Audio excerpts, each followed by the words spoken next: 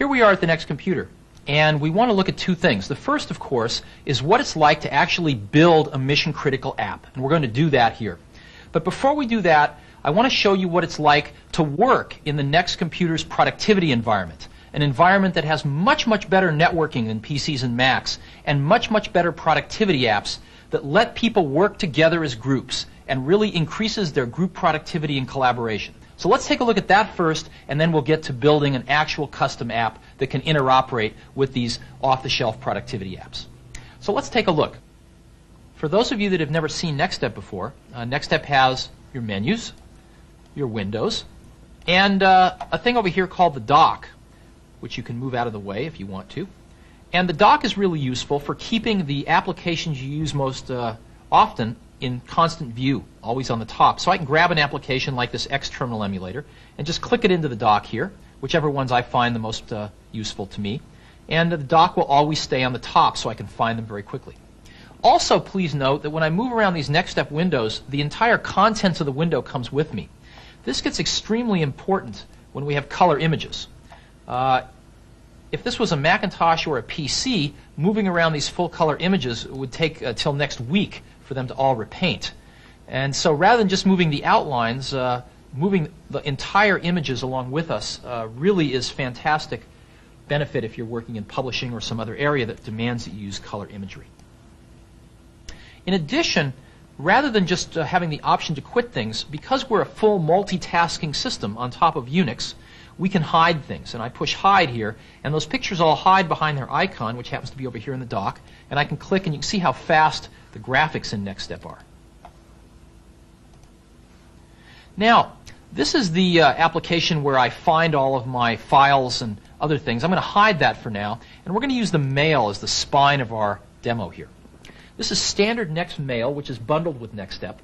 And these are all the mail messages that have come in. And when I click on one, as you see, its contents is put in this window down here. We have smooth scrolling throughout the system. You'll see that a lot as well. In this mail message, I have PostScript of any font or size. I have graphics. I have a signature. And above here, I have a picture of the person that sent this mail message, in this case myself, the date and the time it was sent, and a bunch of buttons. As an example, if I want to forward this mail message to somebody, I can hit Compose. And I can just push forward, and it'll put the contents of this mail message in here, as you can see. I can reply, in which case it'll reply to me. I can look up addresses on the network. I can go back here, and I can look up, well, let's say a group of people, the whole marketing department I can send this to. I can CC the marketing department. And I can even add voice annotation by clicking on what we call lip service. And I can record something. Hey, can you check this out and let me know what you think? Thanks. Bye. And I can insert it, and you'll see the lips are inserted here. The recipient just simply clicks on these lips and plays the message. Hey, can you check this out and let me know what you think? Thanks. Bye. And almost all of the NeXTSTEP applications can be voice annotated just this easily. You deliver the mail by just pushing this button right here. And we found that this mail system is so easy to use that executives can use it without reading manuals, which is sort of our test of ease of use. This person wanted to include a color photograph in their mail message, so they just scanned it in on any one of the several scanners available and dropped it in mail. Next is fully drag and drop, so if I click on this, I can just drag out this image and drag it into another application if that's what I wanted to do. Now, in addition to just speech, NeXTSTEP supports full CD quality sound. This happens to be a picture of my young son, and we can actually play music here.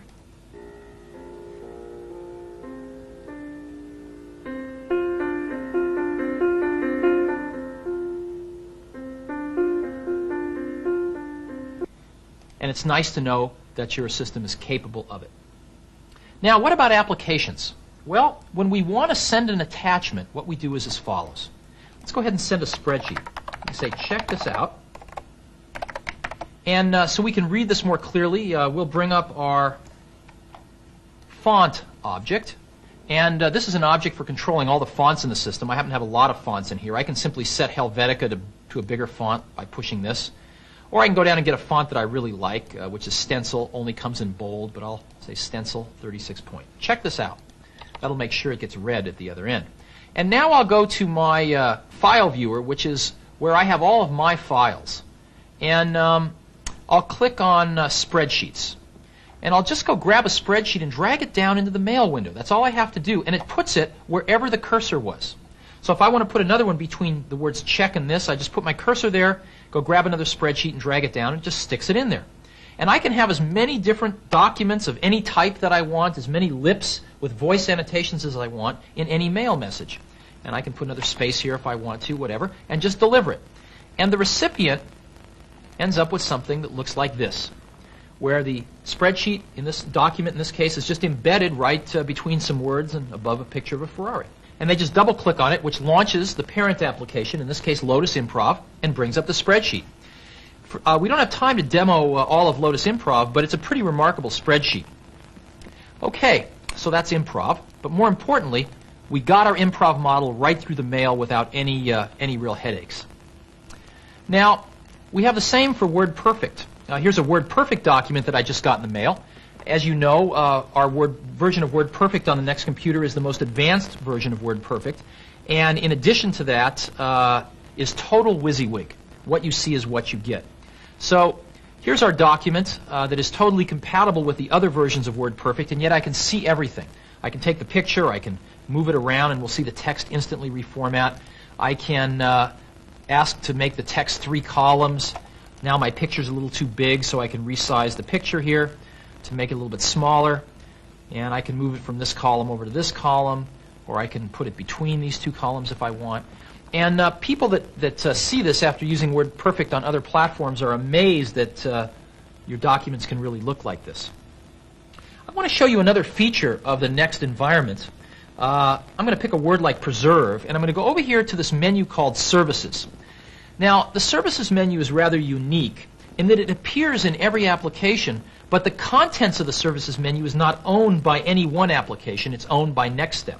And any other application can register themselves as a service, and the appropriate ones will pop up in the Services menu of all the other applications. So as an example, I've picked the word preserve in WordPerfect, and I go up, and one of the services is Webster's 9th Collegiate Dictionary and Thesaurus, which we bundle with NeXTSTEP.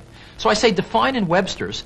It'll launch Webster's, throw that word in, and in a second or two, the definition and the thesaurus for preserve will pop up on my screen. And here's the definition, and there's the thesaurus entries. And we'll come back to this again in a little while. Okay, now what I want to show you is a little bit of the networking. When we designed NeXTSTEP, we looked at the networking that workstations had, and it was substantially better than was available on PCs or Macintoshes. However, you had to be a rocket scientist to figure out how to use it. So we asked ourselves, could we use this much more powerful workstation networking and yet make it even easier than a Macintosh to use? And we think we accomplished this, and let me show it to you, and you can tell me what you think. Now, this is a message that I've gotten from Gary. Hey, Ross Perot was in the Wall Street Journal last week. Just go over the network to my home directory. I'm on the marketing server to see the Digital Librarian bookshelf with last week's Wall Street Journal issues. Now, the Digital Librarian is an application that we also bundle with NeXTSTEP, where you can drop any text you've ever written into it, your policy manual, your love letters, what have you, and it will build a keyword index to let you find stuff very quickly. And what we've done is we put some Wall Street Journal data into the Digital Librarian from January, and Gary is asking me to go over the network to find his home directory and to take a look at it. Well, how do I do that? I go back here to my file viewer. Now, everyone on the Next system has a home directory. This is my home directory. It's where I put all my stuff. And Gary's asking me to go find his. He's on the marketing server. Well, to go out over the network, I go back to my computer, and I have this globe right here. And I click on this globe, and it shows me everything on the network. And so I go into the demo server here, and it'll show me the different departments, and I go into the marketing department, and sure enough, there's Gary. Now, everyone else's home directory shows up as these little neighborhoods, so I don't get them confused with my own. And sure enough, in Gary's home directory, there's the Wall Street Journal bookshelf. Now, notice that every time I clicked on something, it put a copy of it in this little horizontal scrolling window up here. So I can see the entire trail or history or path that I've traversed to get there. Out of my computer, over the network, over the demo server, into marketing, into Gary's home directory, and to the Digital Librarian bookshelf. Now, if I want to go back to marketing, I just go click on this like a button, and boom, I'm back there. And it's incredibly fast to navigate around the network this way. In addition to that, it's kind of like tuning a radio station on my radio. I've just finished tuning the radio station, i.e. finding Gary. If I'm going to listen to this radio station a lot, I'd kind of like to program a button just like I do on my car radio. Well, I can do that. What I do is I just take Gary's home directory and drag a copy of it anywhere up here on what we call the shelf, and it programs a button for me. Now, my home directory is put up here automatically for me, so if I get lost or if I want to go home quickly, I just go push on it, and blammo, I'm home. But now if I want to go back to Gary, I just push this, and whether Gary's next door or in Tokyo, I'm back to Gary's system, and you can see how fast it is. Okay, well now we're on Gary's system, and we click on the Wall Street Journal, and it launches the Digital Librarian, the parent app that created this data, and up pops the Digital Librarian. And I happen to know there's about 1,300 different articles in here, and I can find the ones that have the word Perot in them, and it'll find just one out of 1,300. I click on it, and I can view it right here. And I can click up to the title, and this is Executives Divided on Bush's Trade Trip. This is when Bush went to Japan. Let me go look up Bush here. Out of these 1,300 articles, how many have to do with Bush? 106. Well, I don't really want to look through 106 articles. How about Bush and Japan? 45. How about Bush, Japan, and GM? 6. Well, I can look through 6 articles, and I can click on one. Here's Bush, and the title of the article is Automakers Hobble into the New Year. So as you can see, I can find things very quickly. I can take a look at another one here. Asia trip may yet win new verdict, successful debacle. Okay, so here, again, let's take a look. Let's look up the word debacle. What does it mean? Again, I can go to services and just define it in Webster's. And in a second or two, I have the word debacle defined. Now, take a look at this. I got a mail message which said, go over the network to Gary's home directory and find this document created by the Digital Librarian. I went and got my file viewer, traversed the network, found Gary, programmed Gary's home directory up here on the shelf so I can get back to it, found the Digital Librarian, launched it, found the little window which had all the articles in it, traversed or searched over 1,300 articles to find the ones with Bush, Japan, and General Motors, looked at one in a viewer, picked the word debacle, and defined it in Webster's. All these applications are running simultaneously, and as you see, they work seamlessly together without the user having to play system integrator. This is what the NeXT environment is all about. This is the power that just doesn't exist on the desktops in corporate America today that people are longing for. As you know, we'll be bringing NeXTSTEP out for the Intel 486 family of processors early next year, and it's exactly the same stuff you're seeing here.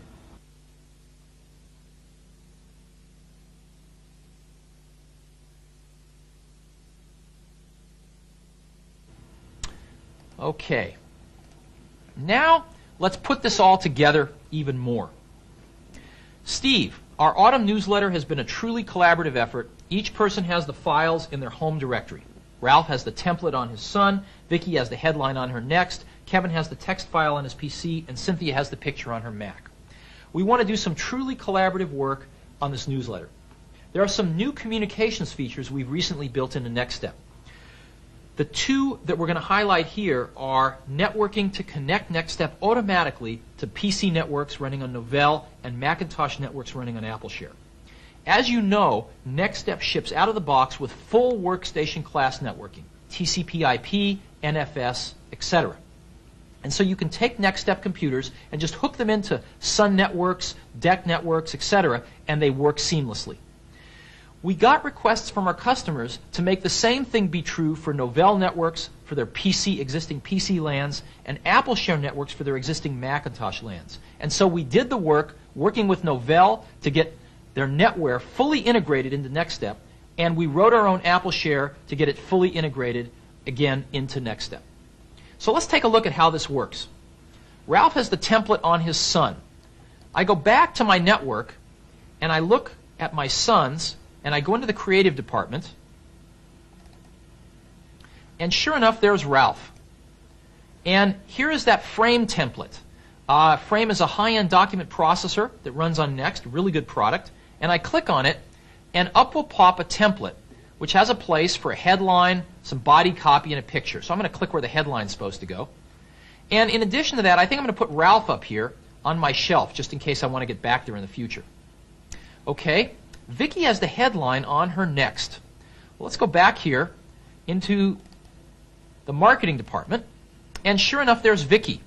And Vicki has an application in here called TouchType. TouchType is sold by Adobe, only runs on Next, and allows you to beautifully kern headlines. Well, first of all, I'll put Vicki up here on the shelf. Now, how do I get that TouchType document over into the frame document? On the Next computer, all I do is I drag it and drop it. And these two applications will communicate with each other and decide that they want to image TouchType's PostScript into this area of the frame document, all automatically. These application writers never talk to each other. It just works the way it ought to in the Next environment. Now I'm going to click on where the text should go here. And I'm going to go back over to my mail window. It says Kevin has the text file on his PC. Now we start to get into some amazing stuff. We go back to the network and we just click on this Novell NetWare logo here.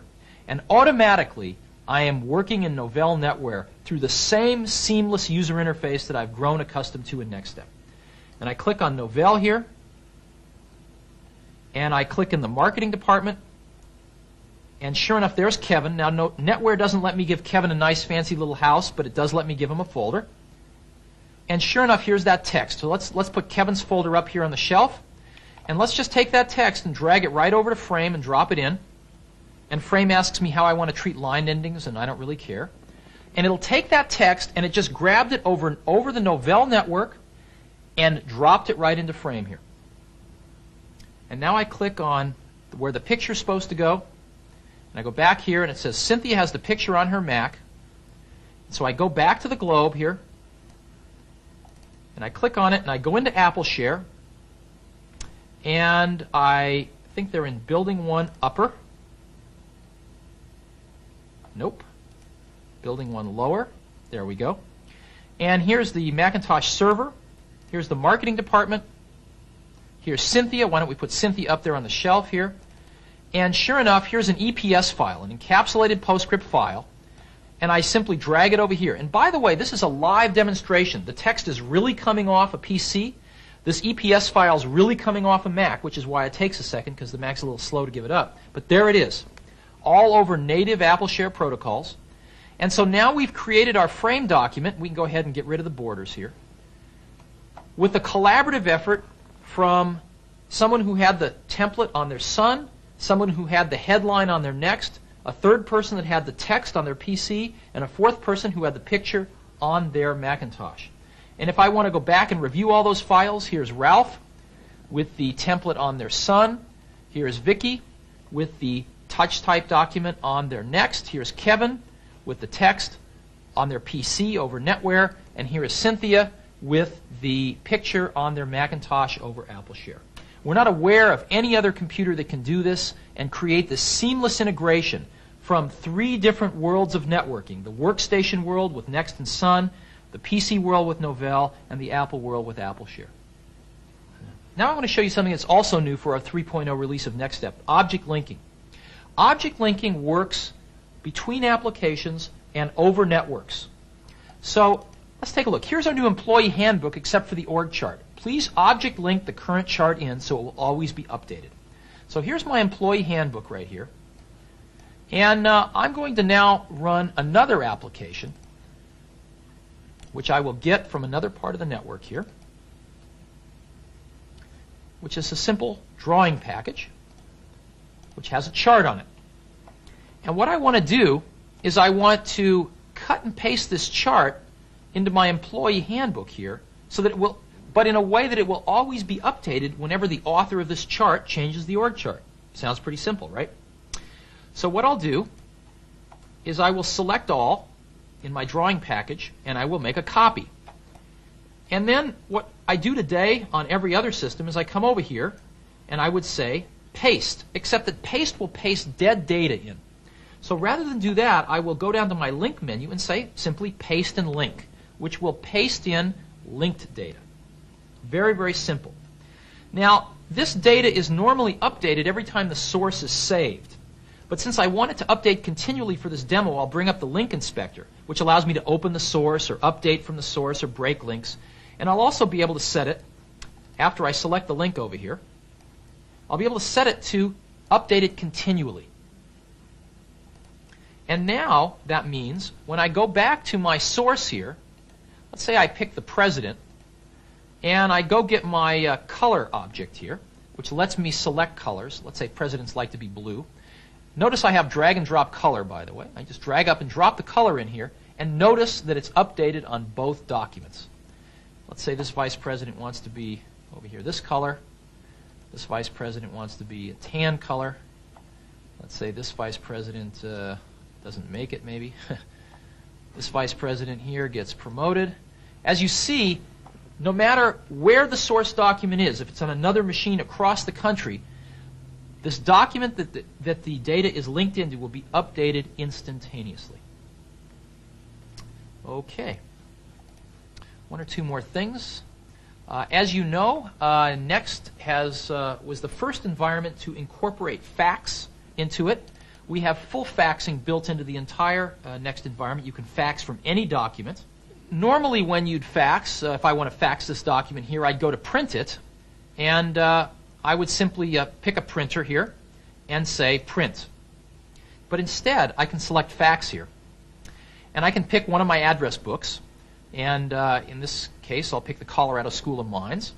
And I can just push fax. And when I push fax now, the same exact postscript that put this image on the screen or would have created it for the printer will image this document at 200 dots per inch into memory, which is the international standard for Group 3 fax, compress it to the international fax standard, and send it out through one fax modem. And the faxes that you get at the other end are total WYSIWYG. What you see is what you get. They're gorgeous. And in addition to that, I can share one fax modem for everybody in the building. And one fax modem will work for about 50 people.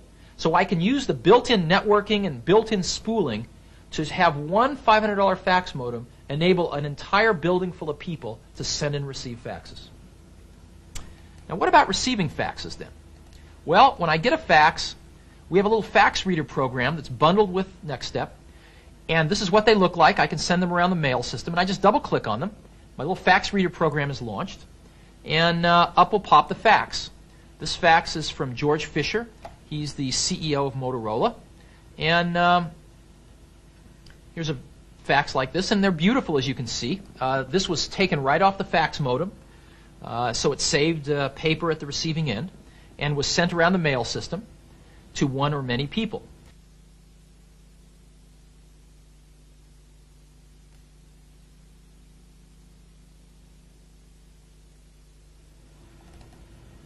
Now, what I'd like to do is show you how we build these custom apps. And I'm going to run an application called Interface Builder. Now, think of NeXTSTEP, which is Next's object-oriented development environment, as an object-oriented cake. I'm about to show you just the frosting on the cake. Many people have tried to copy this frosting, but what they found out is without the object-oriented cake underneath, it just doesn't work. And this is the way all of our developers build their applications. They first say, I want to make a new application. Interface Builder gives them a new menu and a new window. And then they go over here to these palettes of objects. And we have palettes of objects starting off with menus. So I can just drag things down into my document or into my menus here, and it adds them. I can add custom menus here, and I can type.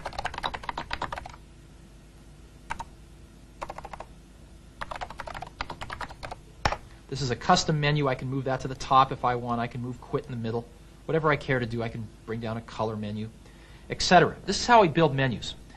I can simply drag panels and pull them off to gain additional panels or windows. I have a bunch of controls here, buttons, sliders, etc. I can drag buttons over here. I can make buttons bigger. I can make lots more buttons if I want to, etc., etc. But I just want one for this. And I want to label this button Search. And I want to bring up my font object, and I'm going to use again my favorite font, Stencil, maybe 24 point. And I think I'll make my button a little bit bigger here. So now I have a search button. And we're going to build an application that uses a back-end database, a back-end SQL database like Sybase or Oracle. And we're going to use a new collection of objects, which we have added to NeXTSTEP 3.0, that make writing applications that use back-end databases even faster. And it's called our database kit. And the database kit has three objects in it. One that represents the database and the model of data in it. The second, which is a table view that allows me to view that data. And we'll get to the third in a minute. So I've got a table view here, and now I'm going to go look inside my database. And this queries the database and shows me all of the different databases that I've got. I'm going to pick one called departments. And here's all the different tables in the database. And I'm going to pick one called department name.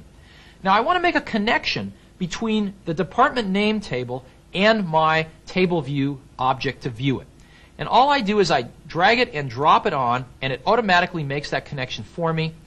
And I'll get inside this and just stretch this a little wider here so I only have the one column. Now I want to connect this button to the database object so that it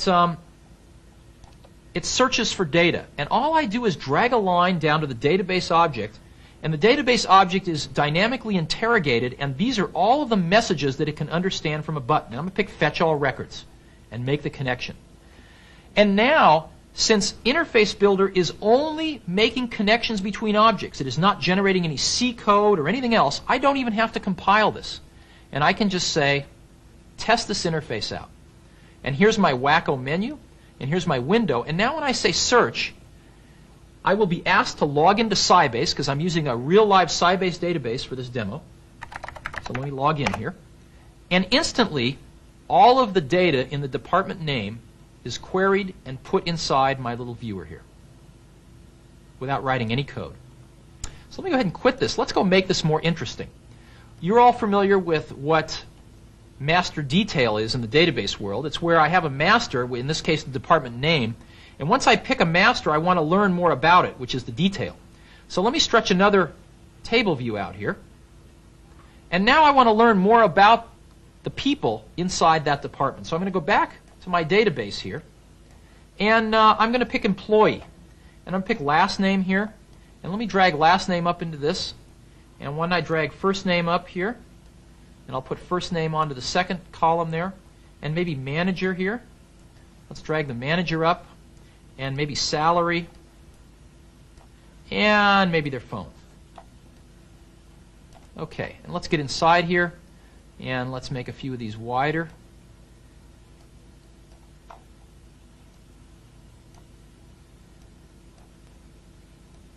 Alrighty.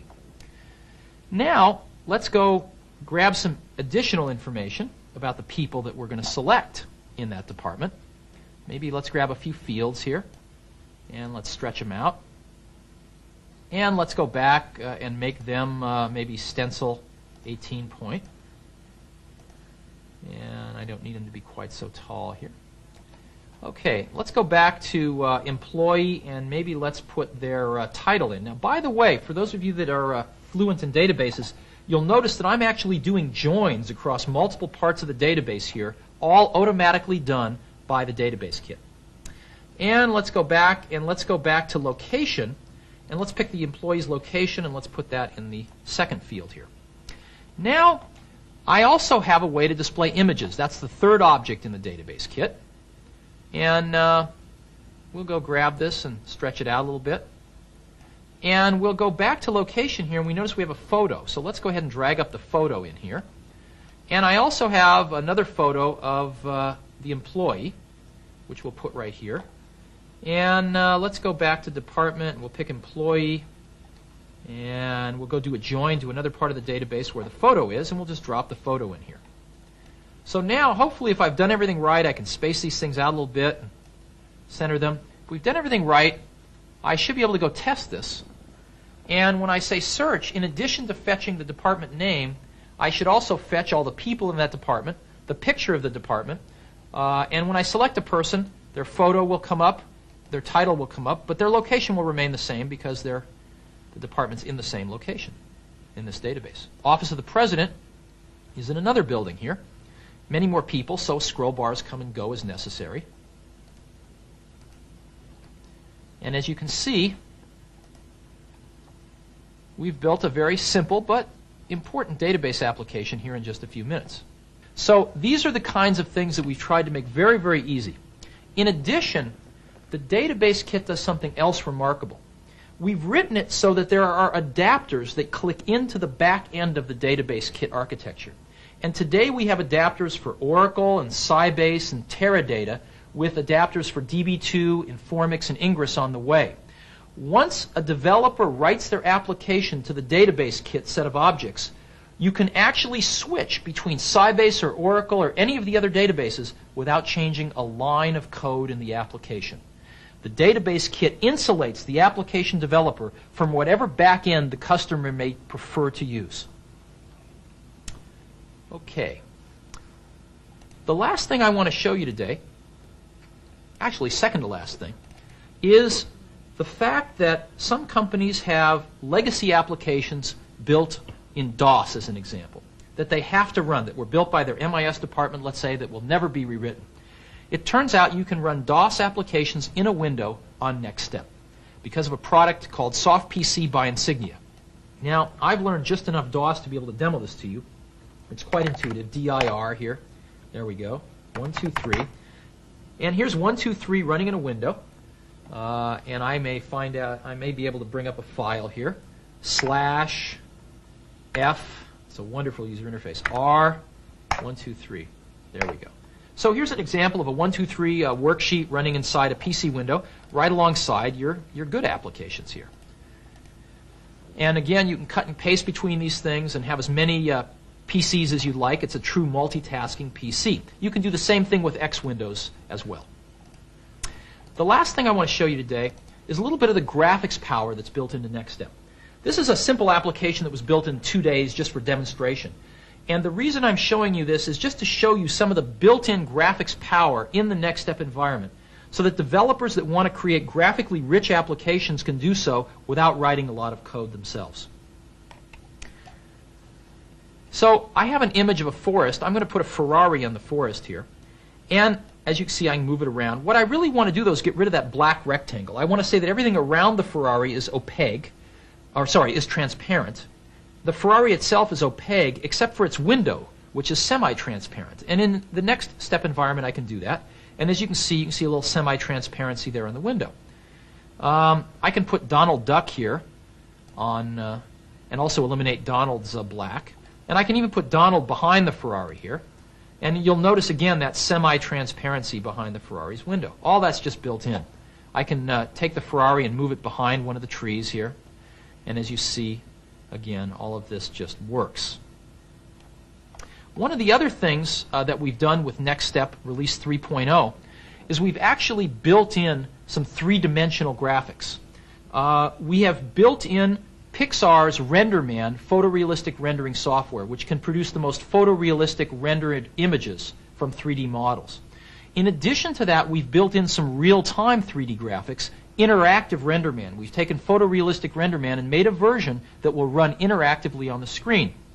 And so I can bring up a cube here, which I can take and actually put behind these 2D images.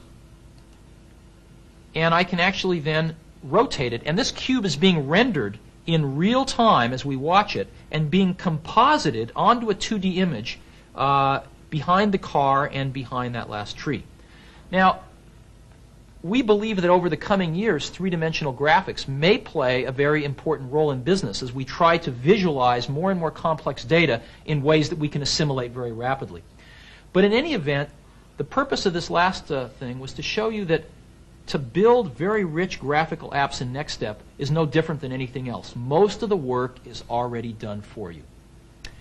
So that concludes the demo I wanted to do, and I hope you get a feeling of how rich the NeXTSTEP environment is, how easy to use it is so that mere mortals can use this very, very powerful piece of software, and how it's possible to create and deploy mission-critical custom apps in a fraction of the time than ever before possible, and to do all three simultaneously. Thank you.